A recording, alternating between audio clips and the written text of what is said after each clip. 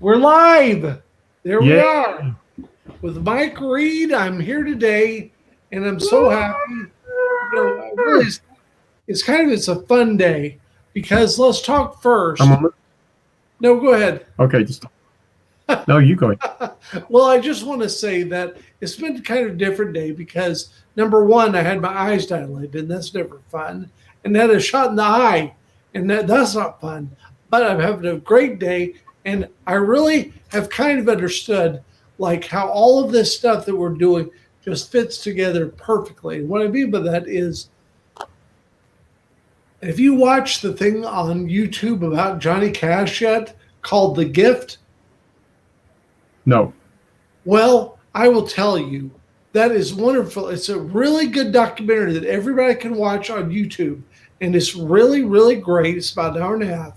But it really tells, it's the best thing I've ever seen on Johnny Cash. And I've seen a lot of things on Johnny Cash. But the thing it helps me to learn, understand is that all that my dad did and all the stuff we're doing with Heroes and Miracles and everything else, he really gave me the best musical education that I could have gotten, and especially been doing the kind of stuff and start a record label and everything. It all comes from my dad and how much he taught me about music. Because, I'm interviewing tomorrow Carlene Carter. And I love Carlene. But then in thinking about all the stuff I know about her, it's because of my dad. Every bit of it is he was just like a crazy Johnny Cash, Waylon Jennings fan. And so I know this kind of stuff that nobody does because I was in it all.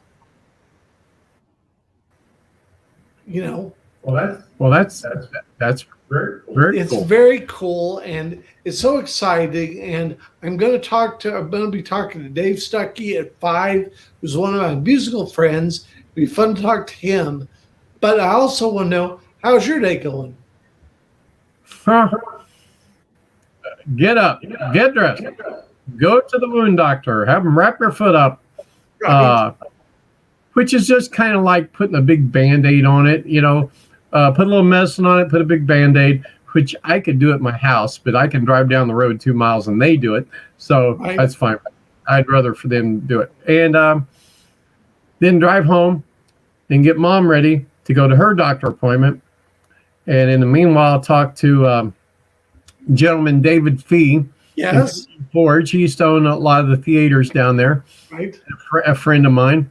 And so he said we could chat today. And I told him what I was up to. And he said, well, and he gave me a time. What about this time? I said, okay. And then he called me while I was at the doctor's office with mom. And I was in the waiting room. And I like to go in with her to the doctor because sometimes I said, tell the doctor you've been sleeping a lot. So I doubt seriously she told the doctor that. So anyway, yeah, she did. And the doctor told her, well, when you get to be like 89, that's normal. Yeah, you're probably going to sit in your recliner and sleep some. Right. But David's a person we were, I wouldn't say pitching, but we were talking to him about a business. Right. And we had a good long talk. And I loved you talking to Colton Vaught last night. And so tell me about that. Colton last night, I was really impressed with meeting the guy. Yes. He's kind of like his dad. I mean, in the sense, like I've said, I think Kelly kind of shy acting, but once you get to know him, he's not, just when you think he's kind of shy, when he was younger, he'd crack off something funny and all, that nobody else would say. And it was always funny. Every bit of it.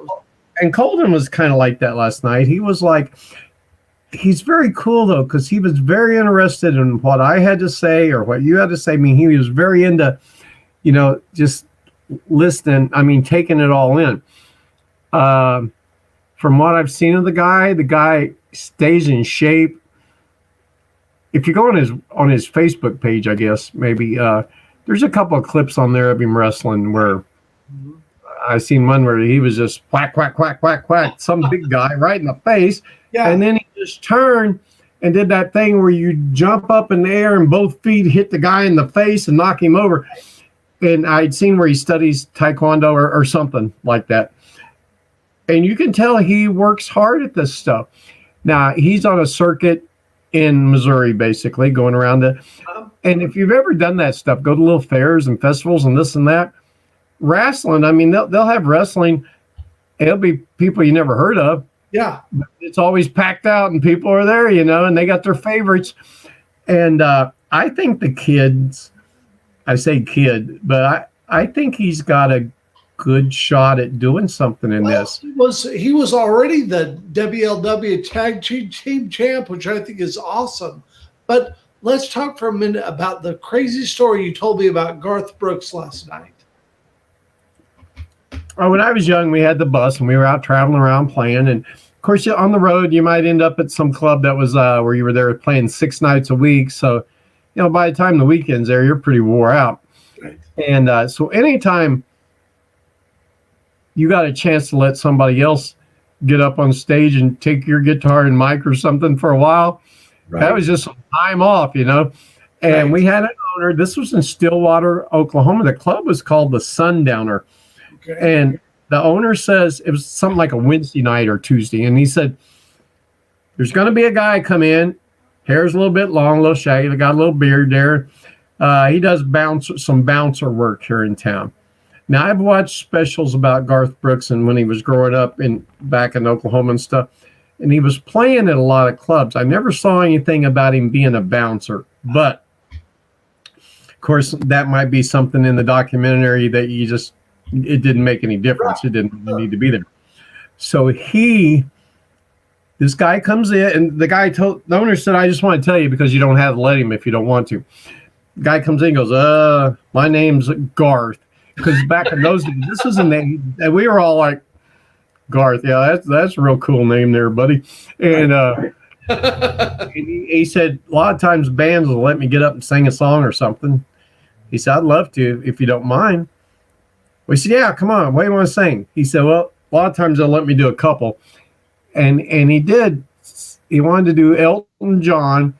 Okay. The only thing we knew was Saturday Night's All Right for Fighting. Great and he said, I'll do that one. And then it was either George Jones or George Strait. I think it's George Strait, but one of the two. Because I remember one's really country and one's really not country. Right. So we let him do it. And then he goes, man, thanks a lot. I said, do you play guitar? Yeah. I go, well, there's an acoustic sitting on a stand right there. Put that on. And here's another mic stand with a mic.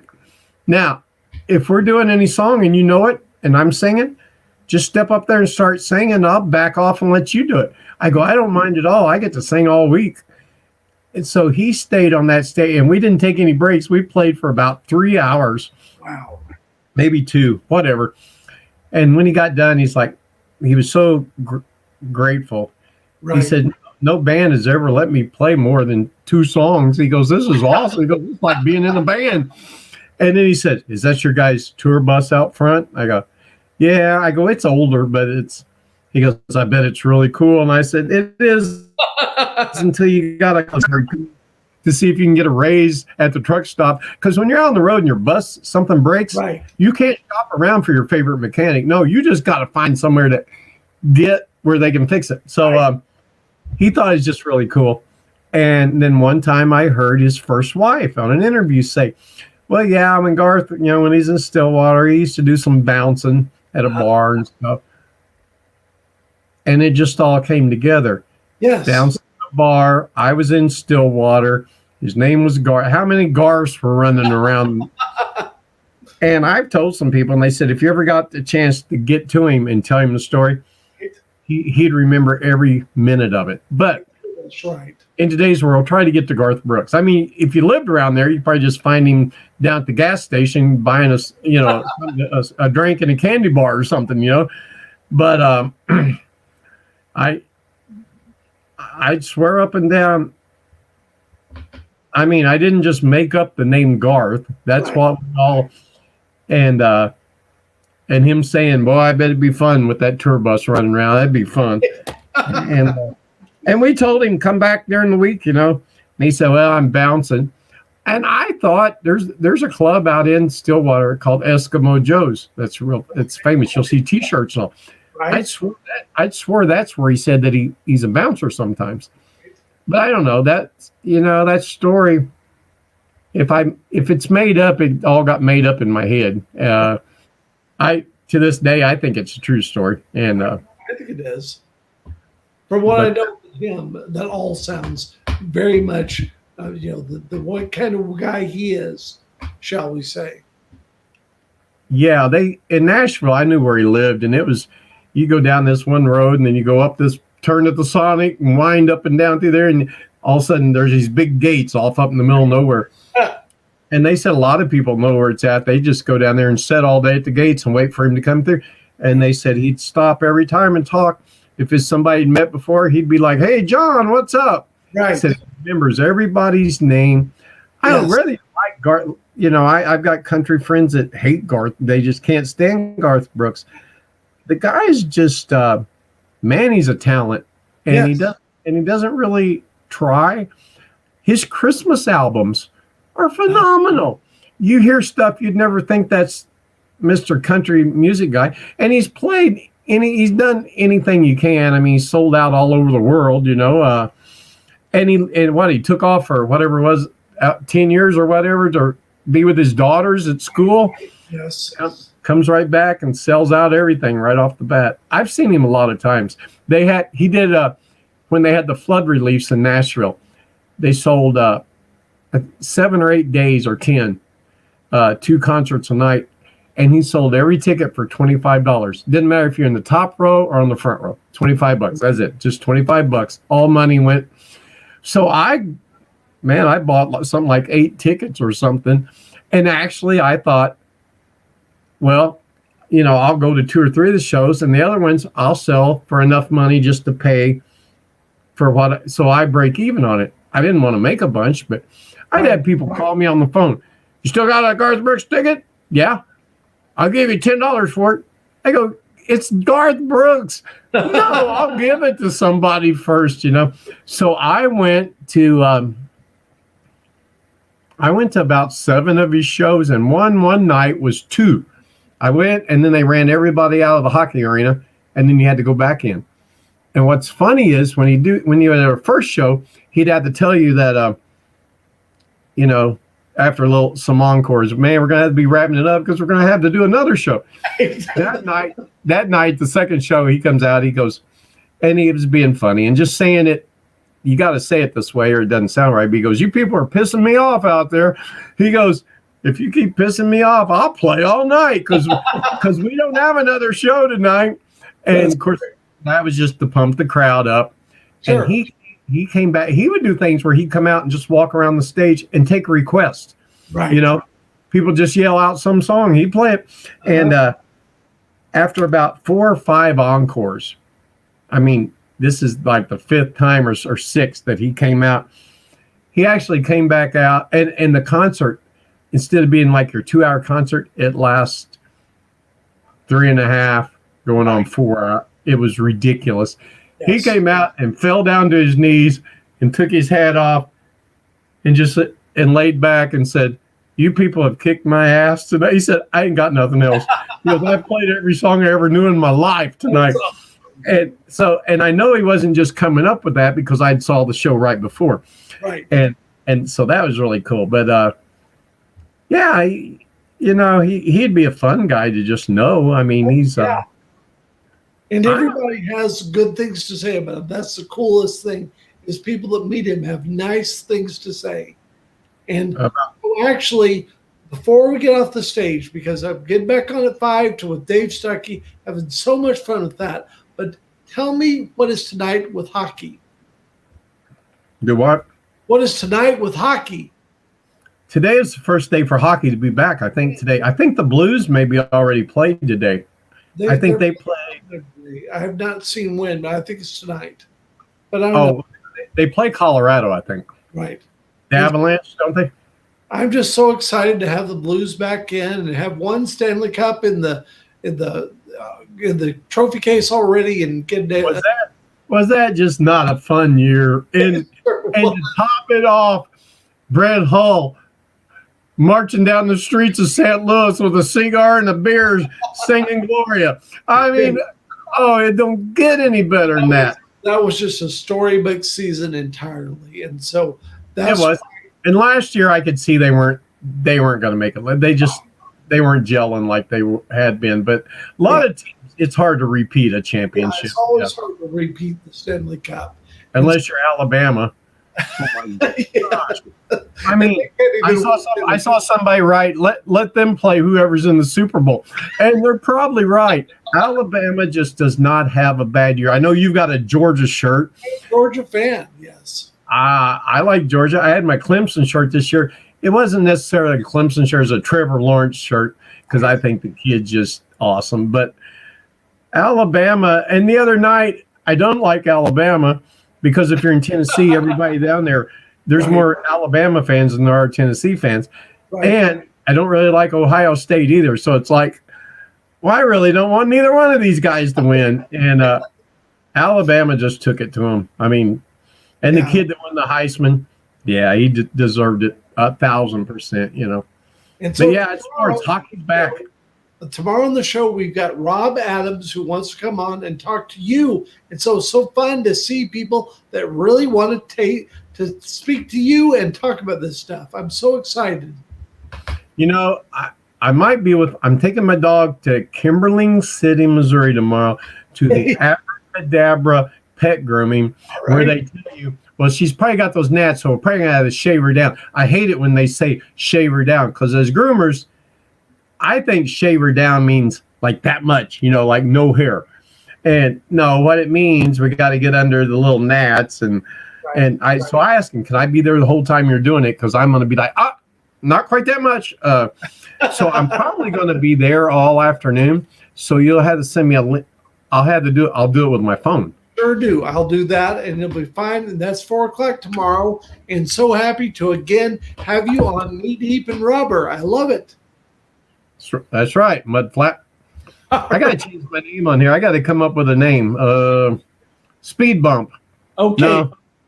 Okay. Hey, when you get us offline right here, I mean, when we're done, hang on a minute because I got to tell you the rest of the other story.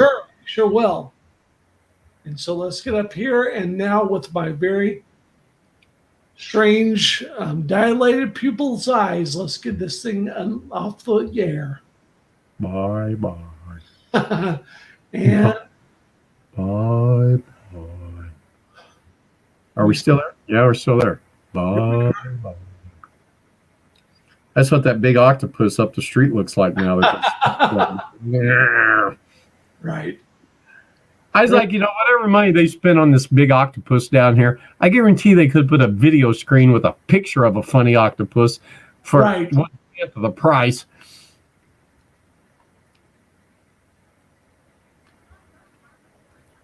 So we're here in Branson that was built on corncob pipes and hillbillies, and we got a big giant octopus in the middle of the road. Moving up in the world, gentrifying or doing something, definitely. He don't even have a cowboy hat on or nothing. The octopus at least needs a cowboy hat, that's clear. And so, dang it, I'm just trying to get these dilated eyes to fix this thing and send us offline. I should do my phone someday whenever you go to put me on the show. I should be down there visiting with that big octopus. And I can go, hi, Dale, I got my friend here. Look at him. He's not. Okay. Heard that song? Rice Aroni, San Francisco treat. You always have something to say every time. You know I do. And I told David today, I said, I'm getting a little better about not changing